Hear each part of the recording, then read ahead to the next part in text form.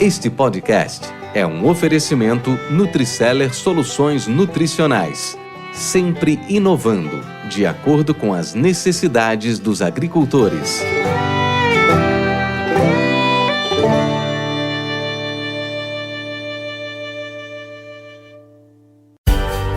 Você está no podcast Academia do Agro, dedicado à competitividade do agronegócio brasileiro, com abordagem de temas que fazem parte do seu cotidiano, trazendo dicas e sugestões para o seu trabalho. Vamos juntos!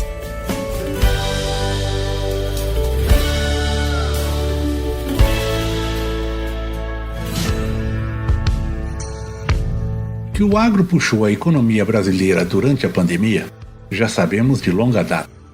Assim como que a pandemia modificou diversos modelos de negócio, trazendo reflexões sobre os hábitos de consumo da população. Porém, esta pujança do agro não pode ser vista como algo interminável. A história nos conta os altos e baixos do setor, assim como as incertezas que estes momentos já trouxeram, quanto assolaram diversas famílias produtoras Brasil afora. A fortaleza de uma família empresária é a união de seus membros entre si e com a empresa. Em uma empresa familiar, é necessário que os filhos conheçam o futuro. Se não conhecerem, não poderão amá-la. Somente amamos aquilo que conhecemos. É necessário desenvolver a família gerando confiança, assim como é preciso desenvolver a empresa gerando profissionalismo. Na primeira geração, família igual propriedade igual empresa, tudo se confunde e funciona muito bem, mas chega um momento de modificar para a família empresária, onde família, propriedade e negócio são entes distintos. Não é uma situação simples, pois é quando os fundadores têm que dar início à transição, delegando e dando mais autonomia. Neste momento, aparecem as resistências, o medo de ficar em um vazio sem funções, além de inseguranças, como a financeira. Esses receios podem trazer sérias consequências para a empresa. Se os fundadores não cuidarem da transição e algo acontecer, serão obrigados a fazê-las às pressas. A transição feita sem a presença ativa dos pais leva muitas empresas a falirem na segunda geração, porque estas não se escolheu livremente. Como eram herdeiros, passaram a ser sócios. A palavra-chave é antecedência. Para discutirmos estas e outras reflexões, vamos conversar com Silotério Borges Iribarren, engenheiro agrônomo, pós-graduado em economia, pós-graduado em administração rural e também em produção vegetal. Ele é atualmente o diretor e sócio-proprietário da empresa Safras e Cifras e consultor em governança e sucessão familiar em empresas rurais. Podcast Academia do Agro. Olá, ouvintes! Hoje eu tenho a satisfação de contar com uma figura ilustre, um amigo antigo, uma referência dentro do agro, e queria dar as boas-vindas ao professor Silotério aqui para o podcast Academia do Agro.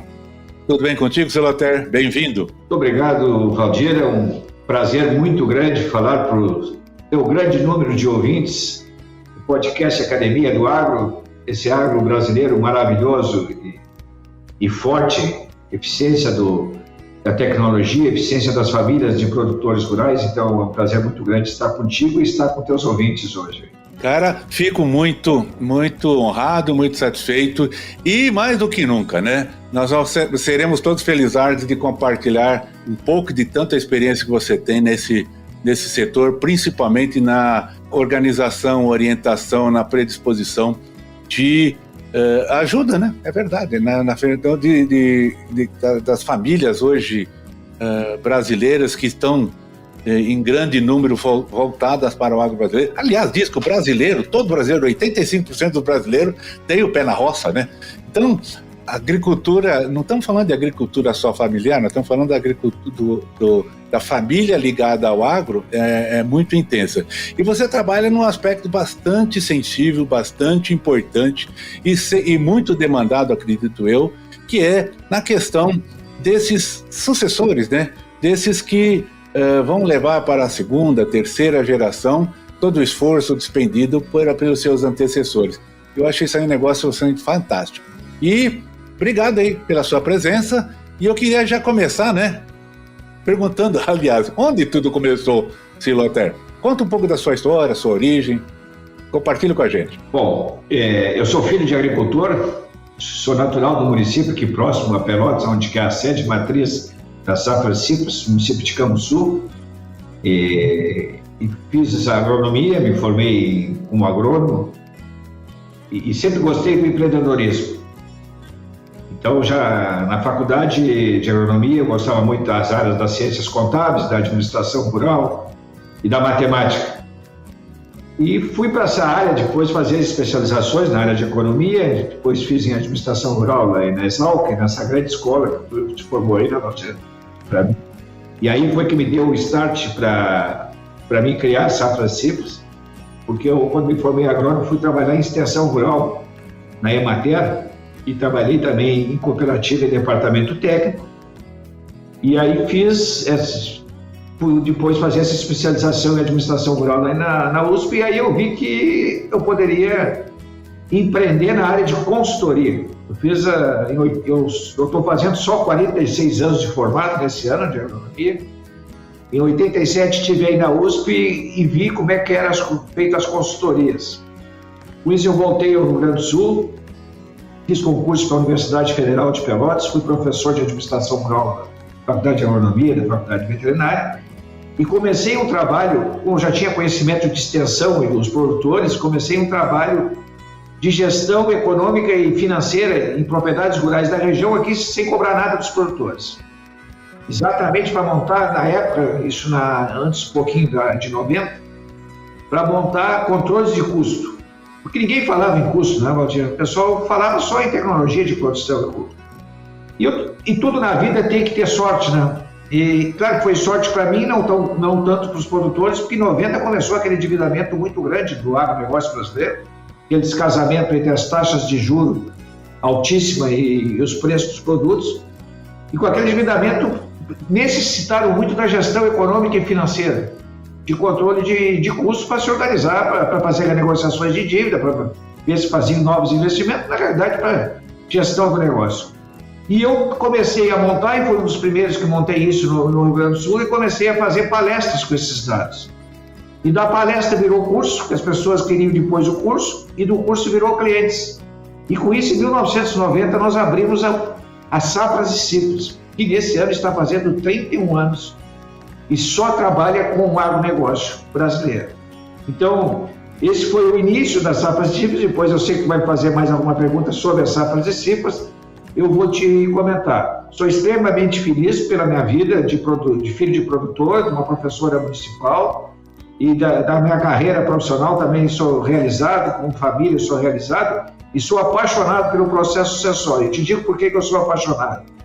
Porque a melhor coisa na vida é ver as pessoas felizes. E quando tu consegue, num processo sucessório, a harmonia de uma família que poderia estar em atrito, ou quem sabe entrar em atrito, isso é a melhor coisa que a gente pode ter na vida. Bacana, que coisa bacana. Siloter, a origem da família, Siloter e Barren, espanhol? Primeiro Siloter, a sorte que eu sempre digo que meus pais só tiveram um filho. Porque se o primeiro nome já é Siloter, imagina o segundo filho, como é que seria o nome. O nome do meu pai era Tarsilo. Pegaram Tarsilo. O nome da minha mãe era Esther, pegaram o Ter. A gente, Siloter, então deu. Como a gente morava para fora, não tinha televisão nem rádio na época, a criatividade deles foi essa aí, criar Siloter. O meu sobrenome Ibarra é basco. Tá? É basco, basco. Entendi. Eu sou casado, tenho 2 filhos, 2 noras, e nós somos muito ligados aos bascos, viajamos à Espanha, a gente nem diz que é Espanha, a gente viaja ao País Basco, os bascos dizem que não falam espanhóis, então aquele Barren é basco. Que bacana. Bom, vamos lá então, doutor. Como você descreveria então sucessão no agro e gestão da continuidade no Brasil? Como que a gente poderia defini-las de uma forma prática aí para todos os nossos ouvintes? Por que gestão da continuidade e por que a sucessão na gestão da continuidade? As pessoas, quando se fala em sucessão, Valdir e ouvintes, muitas vezes os fundadores, e nós aí no Centro-Oeste estamos com essa geração de fundadores, realmente no processo sucessório, que estão aí com entre 70 e 80 anos, foi que desbravaram esse cerrado brasileiro, fantásticos fundadores. Às vezes as pessoas não entendem, eles pensam que o processo sucessório está falando na morte. E processo sucessório, por isso que nós tratamos como gestão da continuidade, é organizar a família para trabalhar em sociedade, para ir preparando a sucessão. Porque o pior momento de tu fazer a sucessão é na morte dos fundadores. Porque ali vem as mágoas, vem os atritos. Então, nada mais a gestão da continuidade é tu organizar a família para trabalhar em sociedade. Essa família que parte pode estar no negócio e parte pode estar fora do negócio. Nós podemos ter irmãos que tocam a propriedade e ter irmãos que têm outras atividades urbanas. E nós temos que integrá-los, porque se nós não integrarmos os que estão fora da propriedade com os que estão na propriedade, no dia que os fundadores não estiverem mais aí, provavelmente os que estão fora da propriedade não vão querer dar continuidade ao negócio, vão querer sair dele ou vender para terceiros, e provavelmente não querer vender para os irmãos que estão na propriedade. Por quê? Porque o processo da organização societária para trabalhar em sociedade não foi organizada na vida dos pais, na presença dos pais. E existem técnicas, não é, Valdir? Tu, como uma pessoa altamente, um profissional com muito conhecimento de tantos anos na atividade, aí passando por tantas empresas que passou, sabe que tudo tem técnicas para se fazer. Quando tu compra uma máquina, tem tecnologia, mas tecnologia é feita por pessoas.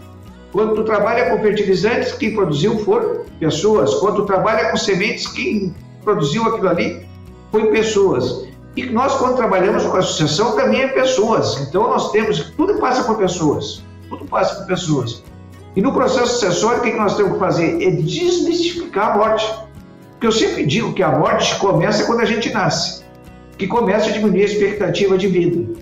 Tá? Mas nós temos que tirar isso das mãos do fundador, que quando nós vamos parar o processo sucessório, ele está entendendo que vai ser a morte. Não, não é a morte. É tu poder continuar o negócio na tua geração, na tua família, tu poder conviver com teu filho, com teus filhos, com as tuas noras, com teus netos.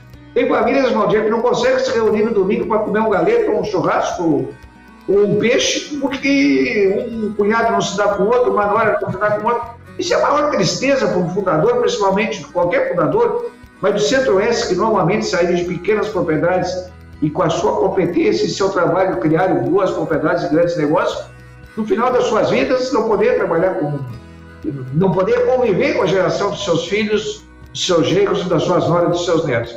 Então, isso que nós organizamos, com uma técnica que existe para organizar um processo sucessório na presença dos pais. Podcast Academia do Agro.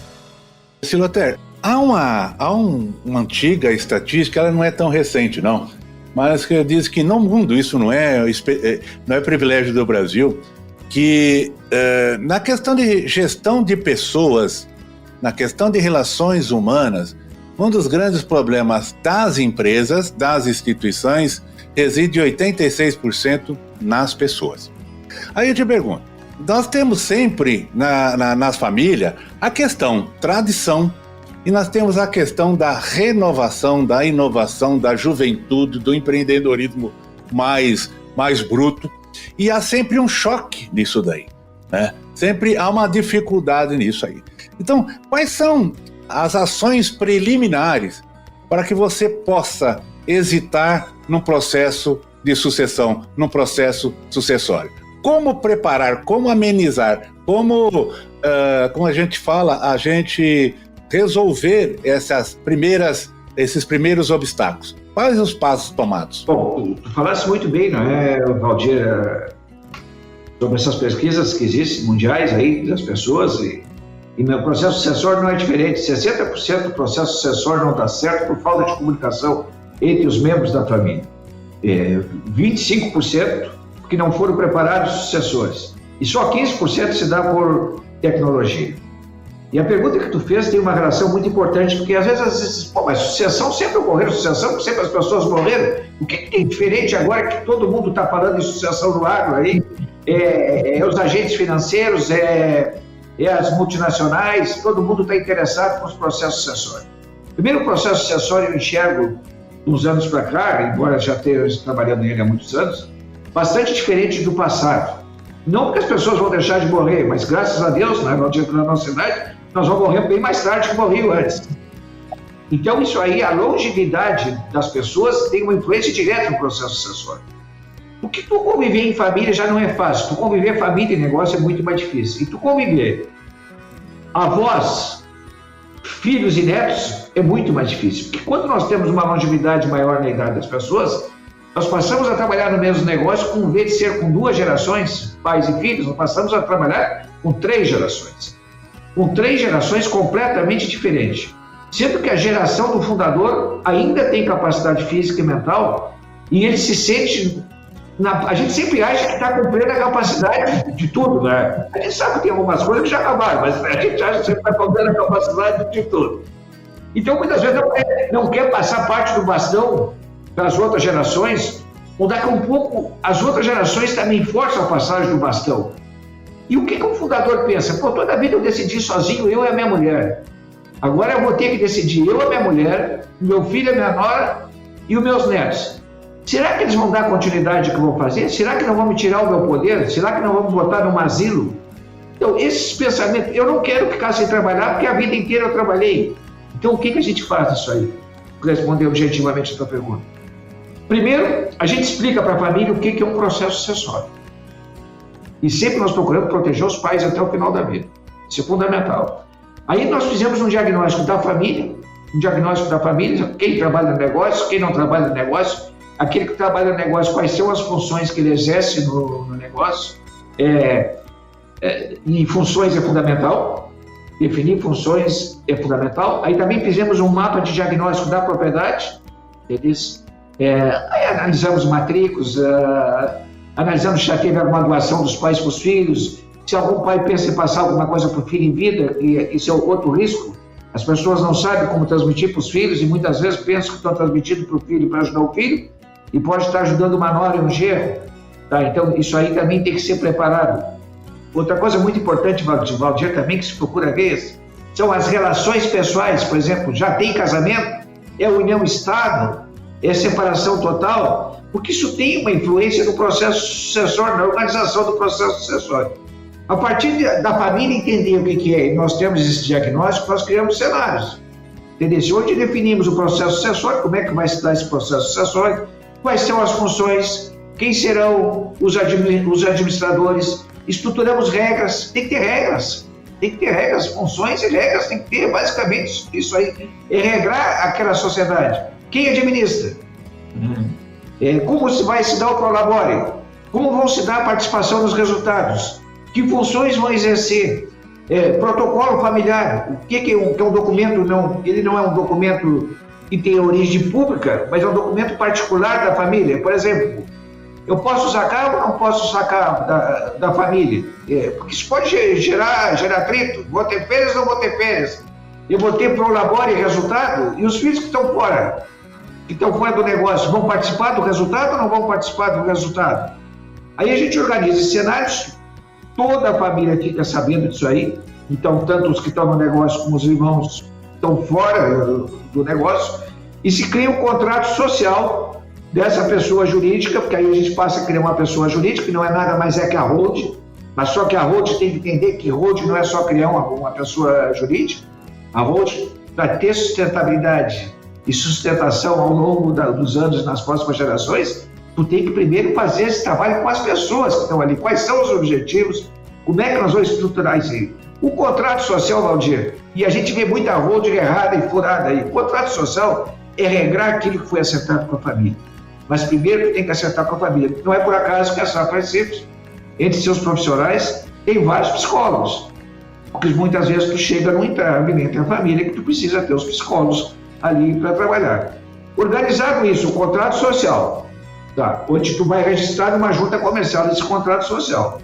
E um acordo de cotistas, onde tem coisas que tu não publica, mas tem um acordo dos cotistas, que nada mais é que o grupo familiar.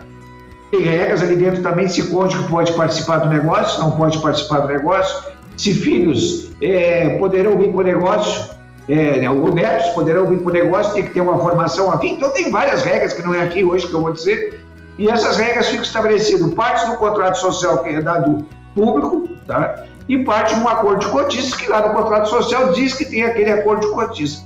Com isso, tu rega aquela sociedade familiar. Ali tem funções, tem administração, tem distribuição de resultado, tem salários, e passa a tu ter uma convivência familiar com família e negócio. E nós temos criado, ao longo desses últimos anos, um fórum familiar, onde todos os anos é reunida toda a família, seja os que trabalham no negócio com os que não trabalham no negócio, é apresentado os resultados da empresa, para que todos tomem conhecimento, que aqueles que estão fora não enxerguem aquela propriedade como uma caixa preta, os que estão lá estão se beneficiando e eles que estão fora estão sendo prejudicados.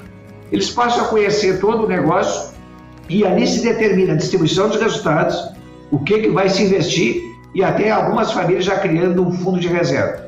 Então, rapidamente, é isso que se estrutura. Com isso, nós damos continuidade. E tu, que é uma pessoa que vive no agro há tantos anos, tu sabe que a escala de produção é fundamental. E uma das coisas que quebra a escala de produção é o processo sucessório se não for organizado. Porque quando moram os fundadores, uma propriedade que é estruturada com açude ou barragem, pivôs, silos e armazém para trabalhar 3, 4, 5, 6 mil hectares, tem 4, 5 filhos, o que acontece lá? Se divide, daqui a pouco nenhum sobrevive mais daquela propriedade.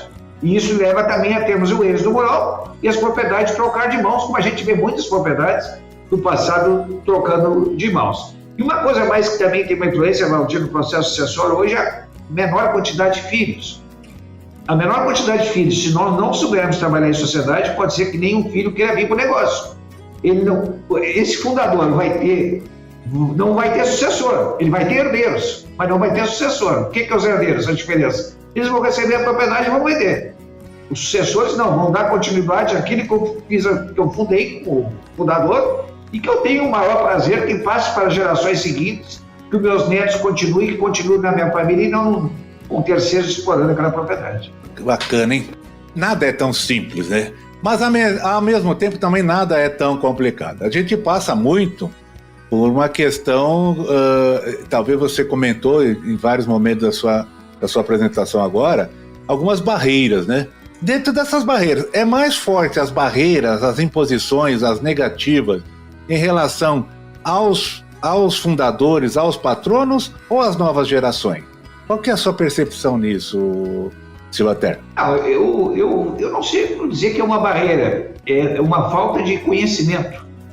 Como tudo na vida, tu precisa conhecer para quebrar algum obstáculo. Perfeito. Claro que os fundadores é aquilo que eu disse, eles não querem perder o mando, né? Eles pensam que a gente, ao fazer a sucessão, como eles enxergam a morte, eles acham que vão perder o mando. E exatamente não é isso que acontece na organização do processo sucessório. Eles vão continuar com o poder, só que vai começar a ter funções que vão ser distribuídas com a outra parte da família, vai ter regras que vai ser estabelecidas. Mas eles serão sempre protegidos. Claro que às vezes nós temos, e isso tem que partir, Valdir, a tua pergunta é muito importante, o processo sucessório, na minha avaliação, tem que ser partir dos pais para os filhos, e não dos filhos para os pais. Boa, entendi. Tá, porque o filho falar para o pai vai dizer, pô, eu tô vivo, tu já quer tomar conta do que é meu? É bem esse sentido da pergunta, é isso mesmo. Então é um processo de catequese, de aprendizado, né? É de convencimento, de aprendizado. E como nós somos muito ligados ao campo na Safra Cifras, a maioria dos sócios são ligados, vieram do campo. Hoje nós somos 15 sócios na Safra Cifras. A gente, e mais os consultores que trabalham, que não são só sócios, realmente é um time todo grande nosso, a gente tem o palavreado do produtor e a gente especifica isso aí para ele. E hoje está muito mais fácil, né? Porque hoje tu sabe que o melhor marketing ainda é o boca a boca, né? Uma família dizer que foi feito, que deu certo, que está feliz. Então vai se desmistificando, mas objetivamente a grande preocupação sempre de começar a largar o bastão não é passar o bastão. Começar a largar o bastão é do fundador. Porque ele fez aquilo sozinho, né? O Valdir e a esposa decidiram sozinho. Daqui a pouco uma família que era um casal, em 20 anos tem 15, 16. Se tu pegar a geração dos filhos, das noras e dos netos. É verdade. E hoje nós temos as 3 gerações da propriedade. É verdade, é verdade. Opa, hoje vou te dar mais uma boa dica de podcast. Você gosta ou tem curiosidade em conhecer um pouco mais sobre a cultura caipira? Pois bem, Você tem que conhecer então o Cachaça, Prosa e Viola, um podcast genuinamente caipira com prosas que giram em torno do universo, da viola e da cachaça. A ideia do podcast surgiu da paixão de Luiz Borges pelo universo cultural da viola caipira e da cachaça, do seu interesse em conhecer pessoas e a necessidade de contar as histórias sobre viola e cachaça em uma mídia democrática, onde as pessoas têm a liberdade de ouvir onde e quando quiserem. Luiz Borges é o criador e apresentador e conta com a colaboração constante do embaixador da cachaça, Marcel Hatz. O podcast Cachaça, Prosa e Viola segue firme e forte, com muito bom humor, profissionalismo e respeito, na missão de difundir a cultura da viola e da cachaça por esse mundão de Deus. Cachaça, Prosa e Viola também faz parte da Rede Agrocast. A Rede Agrocast é uma iniciativa que visa reunir todos os podcasts em português que possuem assuntos relacionados ao agronegócio. O objetivo desta rede de podcasts é aumentar o consumo da mídia pelo setor, bem como estimular a criação de novos podcasts do agro. Lá você poderá acessar um grande número de temas e assuntos do nosso segmento, abordados por vários colegas e convidados, sendo uma excelente plataforma para obter mais conhecimento, tanto para quem trabalha no agro, como também para aqueles que apenas têm curiosidade de saber mais sobre o assunto. É muito fácil, só acessar www.redeagrocast.com.br e te aguardamos lá.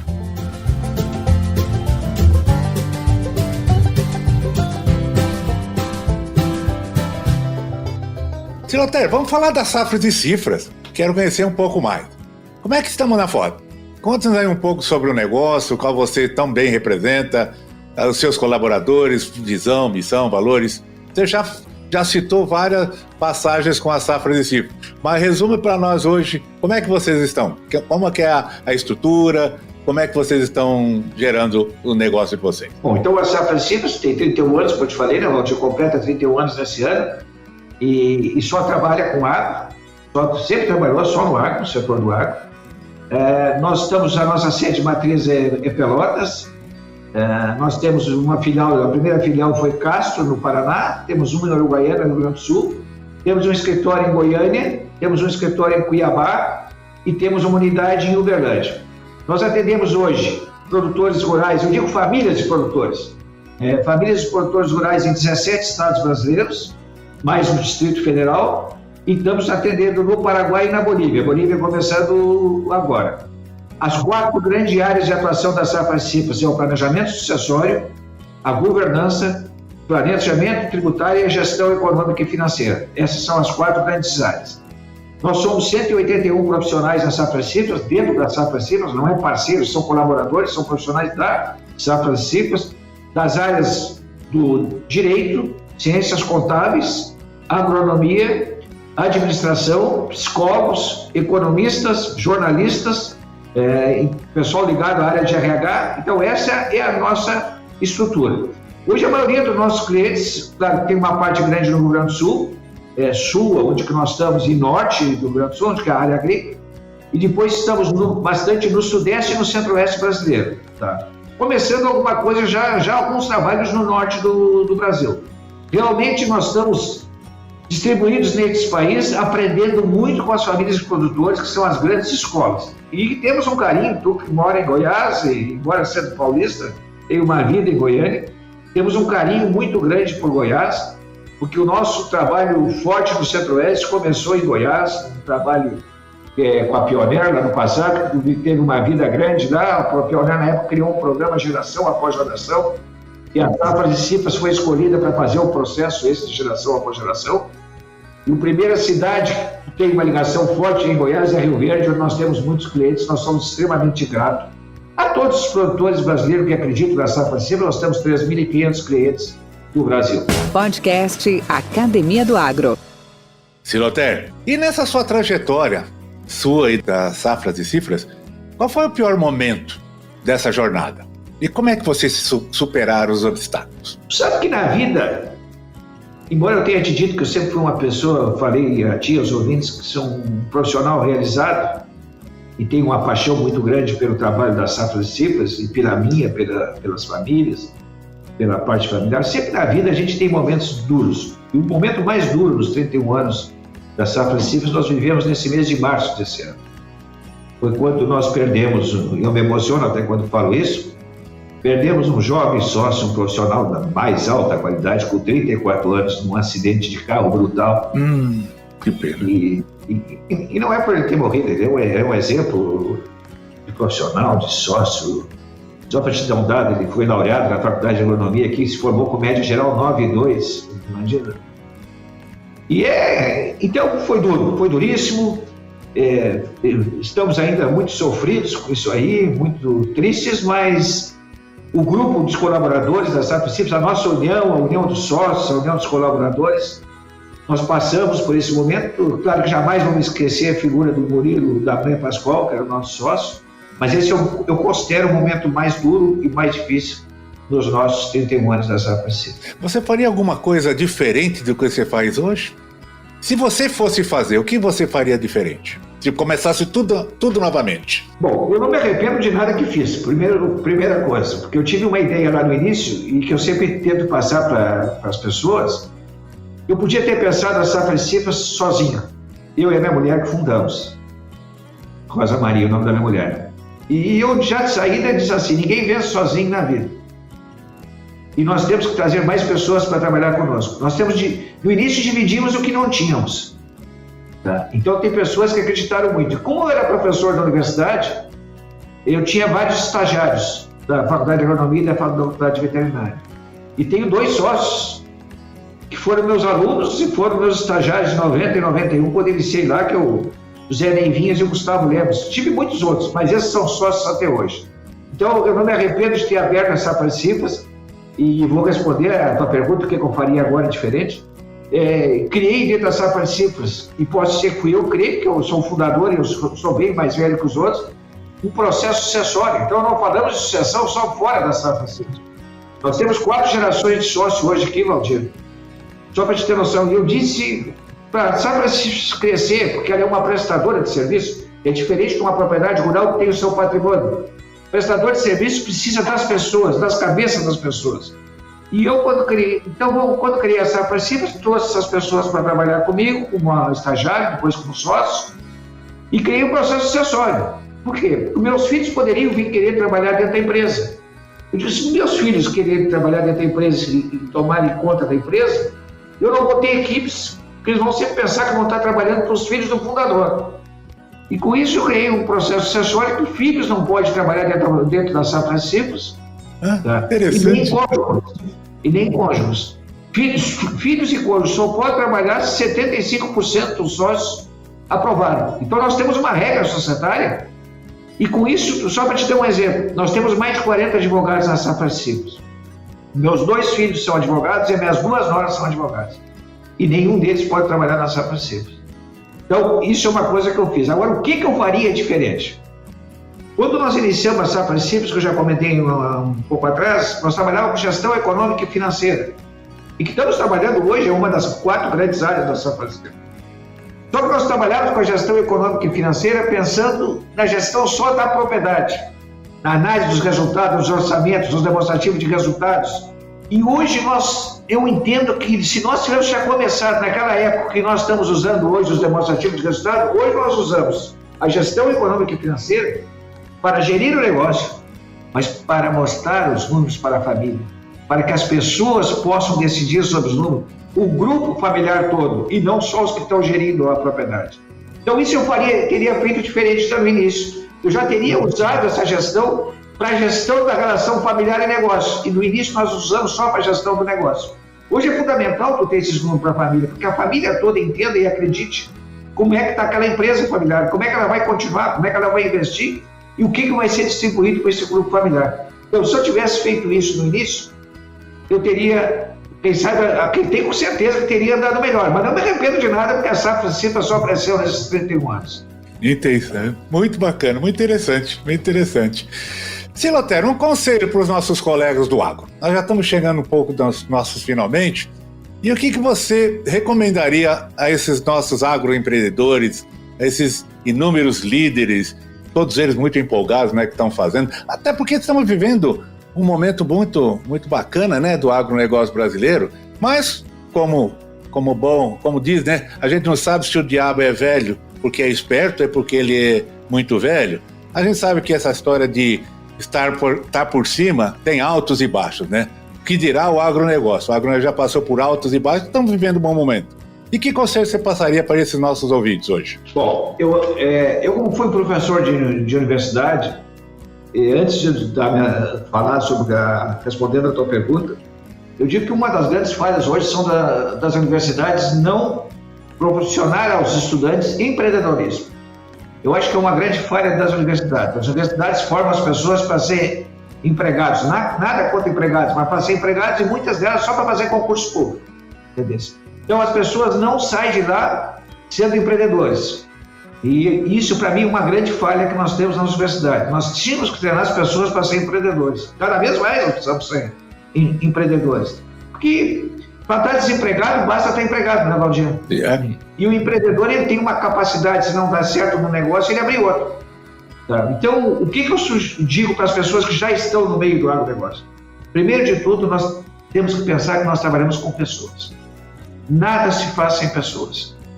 Pessoa que vai vender um insumo lá, vai oferecer fertilizante, vai oferecer uma máquina, vai oferecer semente, vai oferecer defensivo, ele tem que saber trabalhar com a pessoa que vai decidir aquela compra. Muitas vezes nós trabalhamos muito com pessoas que não têm o poder de decisão ou não têm a decisão sozinho. E eu brinco muito com um vendedor de máquinas e claro que aí eu crio um cenário, né? Era o dia dos namorados, ele foi para fora vender uma máquina, deu uma plantadeira e chegou lá e tirou o pedido, conversou com o produtor, visitou a propriedade, discutiu e a máquina tirou o pedido. Quando ele tirou o pedido, ele estava voltando para a cidade e ele já fez a conta da comissão que ele ia receber desse pedido da máquina. E de noite, prazerosamente, saiu com a namorada, levou flores e foi para um jantar com a namorada, já gastando por parte daquela comissão. No outro dia de manhã, o produtor falou com ele e disse assim: vou ter que suspender aquele pedido, eu não me dei por conta que eu estou com endividamento e eu me preocupou com essa dívida e agora mais com esse vencimento dessa máquina. O que faltou? Ele entender que o poder decisório não é só do homem, o poder decisório é da mulher, João. E tu sabe que as mulheres mandam muito. Eu digo que a minha manda sem falar. Quando ela caminha, eu pela de costas já sei o que ela quer dizer. E aí eu quero ser o gancho. E é importante, então, tu entender quem tem o poder da decisão. E tu tem que conversar com as pessoas. E as mulheres hoje, Valdir, são fundamentais. Sempre foram, mas a gente não se dava por conta e até não abria chance para elas. As mulheres são fundamentais nos negócios. E no agro, as mulheres são fundamentais. Elas estão assumindo as gestões administrativa e financeira das propriedades. Então, nós temos que entender, nós que estamos no agro, que nós temos que ter essa conversa mais com as mulheres, não só com os homens nos negócios. E muitas decisões hoje de compra dentro do negócio é decisão das mulheres, porque elas dominam a gestão administrativa e financeira, elas sabem a capacidade de pagamento e sabem todas as decisões que tem que tomar. Com uma propriedade não se faz só de produção. Uma propriedade, tu tem que ter uma gestão econômica e financeira eficiente, tu tem que ter uma gestão tributária muito forte. Tu sabe que o custo individual mais alto na vida das pessoas e das empresas é impostos. Então tu tem que ter uma gestão tributária muito ampla. Então tu não pode só, o agrônomo não pode só querer entender do seu produto que ele está vendendo. Claro que ele tem que entender do seu produto que ele está vendendo, mas ele tem que entender das pessoas que vão comprar e usar. Tá? E hoje nós temos visto assim um fantástico para nós, as Saprecitas, e para alguns trabalhos que eu faço com algumas revendas, a gente faz bastante workshop com revendas, com clientes de revendas, e trabalhando com as mulheres. E elas têm criado grupos de mulheres nesse país todo. Tanto é que tem um evento em São Paulo, que fazem por ano, tem agora por causa da pandemia, não estão conseguindo, com 1.500 mulheres do agronegócio, que só tratam de negócios. E muitas vezes nós deixamos elas fora. Por quê? Porque nós achamos que pessoas só são as que estão homem. E hoje nós temos que ver que as mulheres estão com esse poder de decisão. Mas tudo isso é entender de pessoas. Nós temos que, embora com esse negócio híbrido hoje de online e presencial, que está vendo muito que não vai acabar com a pandemia, cada vez vai se fortalecer mais, mas nós temos que entender porque o mundo está muito atritado, né? O mundo está muito conflitado, o mundo está com problemas sanitários terríveis. No Brasil, nós estamos vivendo uma situação muito conflitante entre os poderes. Então, tu tem que levar um carinho, alguma coisa para as pessoas. O produto tu vai vender, se tu der carinho, se tu der atenção, ele faz parte do negócio. E às vezes tu chega lá friamente e só diz assim, eu tenho o melhor adubo, não sei o que. Não, pessoal, não é só isso. Então, o recado é esse, saber trabalhar com as pessoas. E hoje já tem grupos especializados, né, Valdir, que não é só com os donos que trabalham, tu tem que trabalhar com o gerente, tu tem que trabalhar com o pessoal que está na máquina. Essas pessoas são inteligentes, essas pessoas têm conhecimento e nós temos que retroalimentar o sistema ouvindo o que eles têm para dizer para nós. Tu imagina, se tu não souber trabalhar com as pessoas que estão lá no operacional do dia a dia, tu treina uma pessoa dessa, 2, 3 anos e vai embora. Tu já imaginou o prejuízo que tu tem de ter uma pessoa capacitada embora? Então tudo vai passar, tudo passa pelas pessoas. Muito bem feito, muito bem lembrado. Cara, que boas lembranças que você tem, que boas insights, na verdade, que você nos proporcionou. A questão, por exemplo, da valorização das mulheres, o reconhecimento das mulheres, chamar mais para essa parceria, para esse ouvinte, porque de uma forma ou de outra elas estão tomando o seu devido espaço, ocupando o seu devido espaço, ou até trago, por exemplo, aqui, como você disse lá em São Paulo, o workshop que tem das agroempreendedoras. Uma empresa grande do setor aí montou agora a Elas Genética, certo? Feita por mulheres, as grandes multinacionais aqui no Brasil, como uma Syngenta, por exemplo, como uma Bayer. Hoje as suas grandes executivas são mulheres. Então, e aquela história, também vou fazer uma brincadeira aqui, né? Que dizem que no mundo tem 2 tipos de homem, né? Os que apanham da mulher, que não é o meu caso, e os mentirosos, né? E é bem isso mesmo, né? Então, a decisão hoje, ela tem que se olhar com todo carinho, dar essa suavidade, dar essa oportunidade. E aquilo que você citou também, que eu gostaria de relevar, é o tal que o setor industrial chama muito de chão de fábrica, né? Não despreze o seu operacional, do mais humilde ao mais categorizado colaborador. Tem a sua influência, é influenciador mesmo, né? E ele é parte fundamental e vital do seu sucesso, da sua performance, né? Mas, doutor, obrigado. Evaldo, eu vou dar um tempinho aqui. Eu queria te falar sobre as mulheres ainda. Pode, deve, fica à vontade.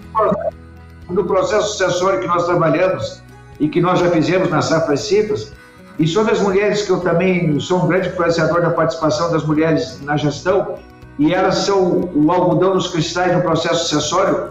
A mãe é o grande algodão nos cristais no processo sucessório, os filhos, principalmente os que têm mais enfraquecidos no processo sucessório, os que têm mais atrito com os pais, sempre vão conversar com a mãe e a mãe que acomoda. Fato. Mas aqui na Safras e Cifras, dos nossos 181 colaboradores, 70% são mulheres. Que bacana, hein? Que bacana. Parabéns. Muito bonito, muito bacana. Siloté, obrigado. Eu gostaria que você deixasse o seu contato aí para as pessoas, para entrar em contato com a Safras e Cifras, ou mesmo contigo, se você puder compartilhar. Apesar que estará no web notes do podcast, mas, por favor, compartilhe com a gente. Bom, os meus contatos estão sempre abertos, pode ser através das nossas redes sociais da Safras e Cifras. Nós temos o Instagram, nós temos o LinkedIn, Facebook, então, qualquer um. E o meu e-mail é Siloter, esse nome tão difícil, Siloter com C, @safrasecifras.com.br. Muito bacana. Conosco também, temos um blog da Safras e Cifras. Estaremos sempre à disposição para esclarecermos dúvidas, e sempre é um prazer muito grande podermos estar nessa relação, a empresa e o público externo. Que bacana, muito obrigado por nos dar esse testemunho e essa vivência tão legal, numa frase que vocês mesmos usam muito, que é: a fortaleza de uma família empresária é a união de seus membros entre si e com a empresa. Eu acho que isso aí ficou muito, muito patente, muito bem explícito aqui nessa nossa apresentação. Siloter, gostaria de já deixar também um convite para uma próxima oportunidade, quem sabe nós tratávamos de um assunto de repente um pouco mais específico, de repente dentro de uma dessas etapas tão importantes no processo sucessório. Então deixa essa casa, essa academia, essa arena à sua disposição a qualquer momento que você desejar, e da mesma forma o meu convite também está no ar. Muito obrigado, um grande abraço para você. Um abraço, Valdir. Um abraço aos ouvintes, muito obrigado. Mentes brilhantes incentivam outras. Crônicas do Agro, com seus especialistas e líderes comentando, opinando e analisando diversos assuntos através da sua ótica e de sua experiência. Seja você o fator multiplicador. Boas práticas, boas ideias.